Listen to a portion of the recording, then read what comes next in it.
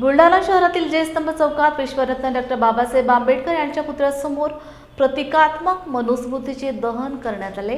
25 डिसेंबर 1927 रोजी डॉक्टर बाबासाहेब आंबेडकर यांनी सहस्त्रबुद्धे यांच्या हस्ते मनुस्मृतीचं दहन केलं होतं। या मनुष्य कायद्यात स्त्रियांना दुय्यम स्थान देण्यात आले होते। बुलढाणा शहरातील संविधानप्रेमी नागरिकांनी एकत्रित येऊन या स्त्री मुक्ती दिनाच्या औचित्यावर प्रतिकात्मक मनुस्मृतीचे दहन करून या कार्यक्रमाचे आयोजन करण्यात आले होते। यावेळी मोठ्या संख्येने महिला व नागरिक उपस्थित होते।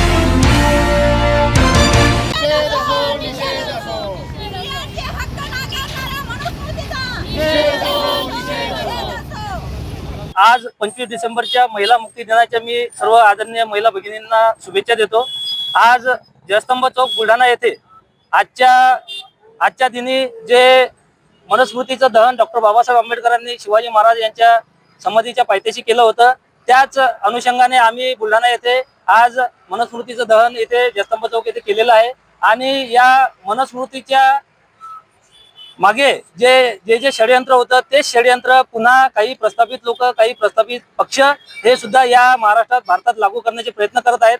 त्याच अनुषंगाने या महाराष्ट्रात भारतात आम्ही बुलढाणा जिल्ह्यात आम्ही कोणत्याही मनुवाद्यांचे, कोणत्याही प्रस्थापित लोकांचे आम्ही षडयंत्र हे साध्य होऊ देऊ नये याकरता आम्ही सर्व आंबेडकरवादी, बहुजनवादी या बुलढाणा येथे जयस्तंभ चौक येथे जमा झालेलो होतो। त्या अनुषंगाने आम्ही येथे मनुस्मृती दहनाचा कार्यक्रम घेतलेला आहे। जय संविधान बाबासाहेबांनी जे संविधान लिहिलं ते फक्त देशातली विषमता नष्ट व्हावी यासाठी ते संविधान लिहिलं। आणि मनुस्मृतीमध्ये ही विषमता पसरवणारी मनुस्मृतीचा ग्रंथ होता, म्हणून तो मनुस्मृतीचा ग्रंथ 25 डिसेंबरला बाबासाहेबांनी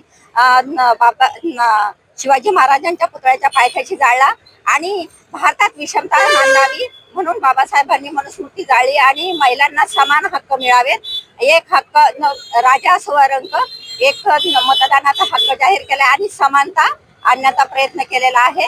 आणि महिलांच्या आज 25 डिसेंबर महिला मुक्ती दिन म्हणून आम्ही जाहीर करतो आणि महिलांना, सर्व महिलांना माझ्या तर्फे महिला मुक्ती दिनाच्या भरपूर शुभेच्छा।